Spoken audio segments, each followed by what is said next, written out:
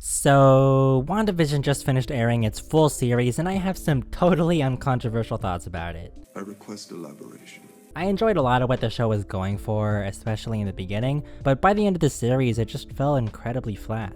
It's just such a shame, as this could have so easily been the MCU's masterpiece. I loved a lot of the mystery, horror, the complex themes, the acting, the dialogue, and just how different and unique the show was from the typical MCU formula.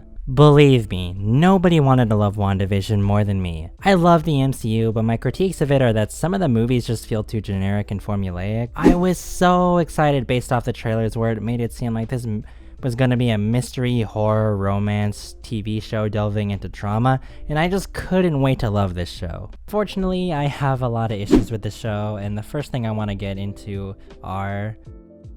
Let's start with Monica. I really don't like her character. She hardly goes through an arc in this show, yet she's a pretty big focus. She starts the show wanting to help Wanda for whatever reason, and she sort of does it, but hardly, and then that's it. She adds really nothing to the story and is simply just thrown in here to set up Captain Marvel 2. One thing that confused me here is that she's barely shocked when she figures out she has powers, like she just kinda rolls with it as if it's just a normal occurrence. Lastly, the show keeps on trying to make the point that Monica is in the right for defending Wanda. I mean, Wanda doesn't even condone her own actions, so I don't know why the show keeps trying to push this agenda that Monica was right for defending Wanda and that the military is bad for wanting to apprehend her. It just didn't make much sense. Next, Darcy. She's fine. She's simply a character that exists so the audience can grasp onto someone else who also has no idea what is happening. She doesn't take up that much from the story, so she's okay. Jimmy Woo, he's also fine. I was expecting a little more from him, but like all the other side characters, he doesn't really have an arc. He's just a person that exists that hardly affects the plot and just about exposition for the audience. I just would have preferred a little bit if the show utilized less of Sword and made Vision find out everything on its own and used him for the expositional dialogue instead of Sword. Now to get into the villains of the show, and wow, they're tremendously bad. Let's start with Hayward. At first he was sort of intriguing because you start to suspect something is off with him, and his motives are pretty understandable in that he just wants to stop Wanda and free these residents. He could have been a nice anti-hero that was trying to do the right thing but was doing it sort of irrationally, but no, the writers opted to just make him a one-note villain that we've seen 1,000 times. Oh yay, another arrogant military leader that wants more weapons and has absolutely no depth other than that. And by the end of it, he just gets arrested and dealt with. It's just so basic. They could have added some empathy with him since he mentions how hard it was for him during those 5 years. Perhaps he would have experienced something so bad that warrants creating a sentient weapon, but no, he literally just gets no development. I think the writers also realized he's not that bad of a guy, so in the finale they just have him unload an entire magazine on a kid to make him seem evil. And then he just unceremoniously gets dealt with in an after credit scene in the background.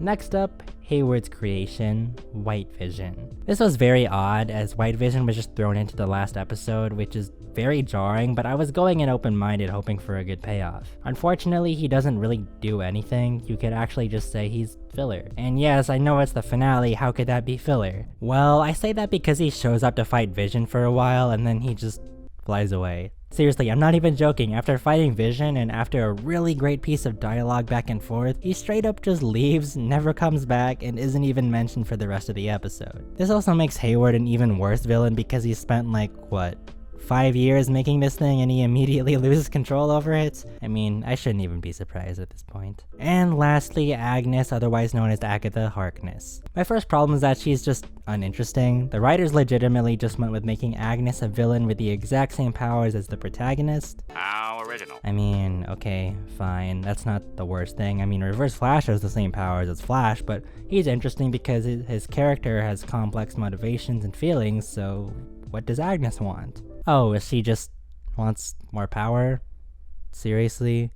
Daring today, aren't we? Let's bring in another example. Who else is basically an evil counterpart to the hero? Bullseye from Daredevil. Now, Bullseye works because 1, he has extremely complex layers to him that makes him more than just some bad dude, and 2, he adds to the theme of the season. Daredevil thinks he should be pushing all his loved ones away because it'll make him stronger and avoid getting them hurt. But Bullseye is a character that has no one who loves him and he turned into a psychopath. So it visually shows to us that this is what Mad should not become. Now, what they should have done, and I thought they were gonna do with Agnes, was reveal that her husband Ralph, that she just can't stop name dropping, was actually executed due to Agnes being exploited as a witch. Therefore, Agnes would have felt so tremendously guilty about this, and that's the reason she's studying Wanda, to figure out how she brought her husband back from the dead so she could do the same. And this could visually show to us that if Wanda can't overcome her grief, she will end up exactly like Agnes. But no, they just end up giving her the most generic motivations when it was so easy to give her layers and have her character contribute to the overall theme, that is,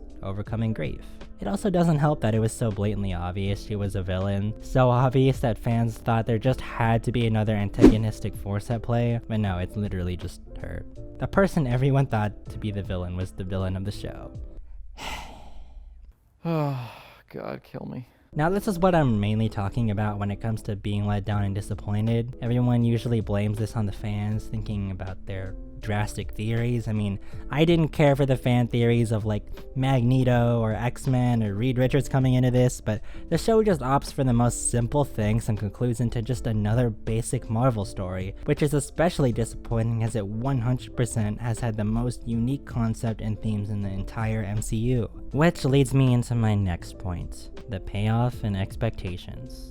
So removing any external factors such as PR marketing hyping fans up, like Elizabeth Olsen teasing a Luke Skywalker level cameo, or Paul Bettany teasing fans about an actor he always wanted to work with. Honestly, that one was a pretty funny troll. Or Teyonah Parris hyping up the aerospace engineer. I don't actually care about any of that, it's what the show builds in its own story that leads to disappointment. Alright, let's rip the band-aid off and get right into it. Evan Peters as Quicksilver. So at the end of episode 5, it's revealed that Evan Peters is back as Quicksilver, but he's actually supposed to be replacing Wanda's brother here. Obviously Marvel knew what they were doing because the way they framed the shot is as if it's going to be some massive important reveal, and the show has come to believing this as a cliffhanger, so obviously they know it's important. But actually, it's not. Like, not even at all. You could have made this Quicksilver a nobody, and I would have been disappointed still, but the main thing that annoys me here is that his character is literally useless. You could remove him from the show and it would change actually nothing in the narrative. This is what's most disappointing to me. It's revealed that he's playing some random guy called Ralph Boner. Here's the deal. So you're really telling me that Agnes just so happened to pick this guy out of nowhere, who just so happens to be Evan Peters, who played Quicksilver in the Fox universe, who also just so happens to be impersonating another Quicksilver to mess with Wanda. Like, are you serious? Now, a lot of people are comparing this to the Mandarin twist in Iron Man 3, and I get that, but I actually like that twist in Iron Man 3, and I'll tell you why it works for me. Iron Man 3 already has so much comedy infused into it that something ridiculous like that could happen and it could work. And most importantly, it's not that once the Mandarin is revealed to be a nobody that it's just over. No, there's an actual bad guy called the Mandarin, and it helps show how easily people can be manipulated both in real life and in the movie. And that's the stark difference. When you learn that Quicksilver was a random guy called Ralph Boner, there's nothing more to it, it's just, that's it. It's legitimately lazy writing to do this, and I'm genuinely baffled that they simply added Evan Peters to play Pietro because they knew it would generate excitement so people would talk about the show. And I don't know why they would do that. Are they not confident enough in their own show? Because they have no reason to be. There's some really interesting story in here. You don't have to do cheap misdirects like this to keep people invested. Same applies with the really weird red herrings in the show, like Agnes referencing the devil or Quicksilver calling the kids demon spawn. I mean, that's just kind of weird in retrospect. And apparently the showrunner didn't even know who Mephisto even was, which is just... how? There are other instances where the show seemingly is going in a clear direction, but that's not the case. In some scenarios this is good, you know, leaving the viewers off trail not knowing where it's going, but for the scene I'm about to break down, it seems more like a plot hole. So in episode 5, when Agnes walks into her house and demands a reshoot for their scene so she could take the kids, she looks at Wanda as if she knows what she's talking about. Meanwhile, Wanda is trying to cover it up so Vision can stop being suspicious. So this scene is looking like Wanda is working with Agnes in some form, because why would she not be weirded out by Agnes saying this? As far as Wanda is concerned, she's the only one in town who knows anything, so why would she just dismiss that if she had no idea who Agnes was? The show really made you think this, because there's scenes where where Wanda doesn't bother hiding her magic from Agnes, as if Agnes already knows who Wanda is. But instead it's revealed that Wanda has had no idea who Agnes was, so what exactly is happening here? And one more misdirect that I felt had no payoff was that of the aerospace engineer. I'm fine with him not showing up, but if the writers knew this person wasn't gonna show up nor play any sort of role in the story, why would they even bother referencing him in the show? It's actually pointless. At the very least, I was expecting the aerospace engineer to have done something off-screen for Monica that would help her, but instead he literally doesn't show up in the series. Like, what? Lastly, the payoff that didn't work as well as it could have was that of Wanda realizing she has to let go and move on. I didn't buy into this all that much. It really shows that this finale needed to be at least an hour long to really flesh this story out. Wanda has been so hellbent on keeping her fantasy alive, but it never really felt like she was ever at a point in the show where she could be at peace with letting her family die. I'm not exactly sure what convinced her to finally be at peace and accept her grief, because it seemed the reason was more that she felt guilty about trapping and enslaving these residents rather than coming to terms with her grief. It's just handled in the last 5 minutes and she doesn't seem all that upset about letting her children basically die. If anything, she should be more broken than ever, but instead the show seems to be treating this as character growth when it doesn't really make sense. And one little thing that bugged me is Monica seems also very hellbent in telling everyone that Wanda should be defended at all costs. I mentioned this earlier, and she even tells Wanda that they'll never know what you sacrificed for them. It wouldn't change how they see me. So, who cares? She literally caused all this to happen in the first place, and what, you think the citizens should be thanking her? Like, for what? Not enslaving them for longer? It's like saying, oh, you kidnapped, tortured, and robbed me of over a week of my life, but hey, at least you didn't keep doing it, so thank you. Like, what?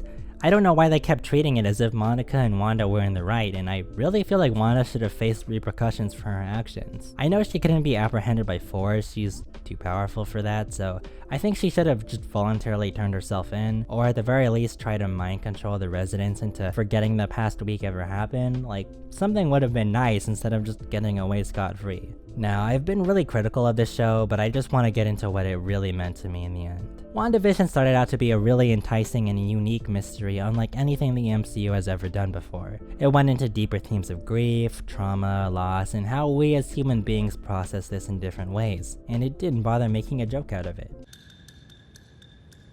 Is he asleep? No. I'm pretty sure he's dead. The show utilized a lot of subtle horror techniques very well. I admired the authenticity the show put into making the sitcoms. I was engaged in the romance, the mystery, the comedy, and I liked a lot of it. WandaVision showed me that the MCU isn't actually afraid to go into those themes and try something different and experimental, but it does show me they're not entirely there yet. It seemed by the finale they were a little afraid of fully committing to this, so it opted to just go the generic MCU route. Not to mention there were a plethora of character arcs that either went nowhere or resulted in something very unsatisfying. It felt like they purposely left things very open-ended, so you're forced to watch another 10 MCU shows or movies to get the full conclusion, and that's really frustrating. All in all, if I had to give the show an overall rating, I'd give it a 5 out of 10. A lot of good, a lot of bad, so I'm just going right down the middle with this one. The reason I'm rating this show so low despite liking the first 6 episodes and episode 8 so much is that it was entirely built on intrigue, and the overall quality of that depended on how they paid it off, which was not so good. So I don't think I could ever rewatch this show now knowing how all of this enticing mystery is going to be paid off. I also want to mention there are some really great emotional scenes with great dialogue, great camera work, acting, and poignant themes in the show that really shine through at points. And that's not even mentioning the banger music, that being Agatha All Along, that ended up topping the iTunes charts. The show wasn't terrible by any stretch of the imagination, just kind of wasted potential. I'm just hoping Kevin Feige and company don't take the criticisms the wrong way and end up feeling like they have to incorporate more fan service to please the audiences, or opting to do more generic safe stories to please people who didn't like this experimental show. Anyway, that's it for this video essay. I hope you guys enjoyed it, and if you did, please remember to leave a like and subscribe. And did you guys agree with my points? Regardless, I'd love to know what you thought in the comments below. With all that being said, I hope you guys have a great day. Peace.